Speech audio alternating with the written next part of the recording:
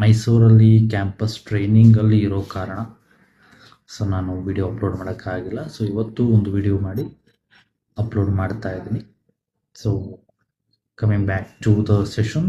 So ಇವತ್ತು ನಾವು ಏನು ಕಲಿತೀವಿ ಅಂತ ಹೇಳಿದ್ರೆ, ಸ್ಯಾಪಲ್ಲಿ ಟ್ರಾನ್ಸಾಕ್ಷನ್ ಕೋಡ್ಸ್ ಹೇಗೆ ಯೂಸ್ ಮಾಡೋದು ಅಂತ ಕಲಿತೀವಿ. ಲಾಸ್ಟ್ ಕ್ಲಾಸಲ್ಲಿ ನಾವು ಇನ್ಸ್ಟಾಲೇಷನ್ ನೋಡಿದ್ವಿ ಆ್ಯಂಡ್ ಲಾಗಿನ್ ಬಗ್ಗೆ ನೋಡಿದ್ವಿ. ಸೊ ಈ ವಿಡಿಯೋಲಿ ಆಫ್ಟರ್ ದ್ಯಾಟ್ ಲಾಗಿನ್ ಆದಮೇಲೆ ನಮ್ಮ ವಿಂಡೋಸ್ ಹೇಗಿರುತ್ತೆ, ನಮ್ಮ ವರ್ಕ್ ಸ್ಪೇಸ್ ಹೇಗಿರುತ್ತೆ, ಸ್ಯಾಪಲ್ಲಿ ಡ್ಯಾಶ್ ಬೋರ್ಡ್ ಹೇಗಿರುತ್ತೆ. ಸೊ ನೀವು ಸ್ಯಾಪ್ ಫೀಕೋ ಆಗಿರ್ಬೋದು, MM ಆಗಿರ್ಬೋದು, SD ಆಗಿರ್ಬೋದು, ಅದ್ರ ಜೊತೆಗೆ HRM ಆಗಿರ್ಬೋದು, ಈ ಒಂದು ಮಾಡ್ಯೂಲ್ಸ್ಗೆ ಹೇಗೆ ಆಕ್ಸೆಸ್ ಸಿಗುತ್ತೆ ಆ್ಯಂಡ್ ಅದಕ್ಕಿರೋ ಶಾರ್ಟ್ಕಟ್ ಕೀಸ್, ಸೊ ಇವೆಲ್ಲ ನಾವು ಕಲಿತಾ ಹೋಗ್ತೀವಿ.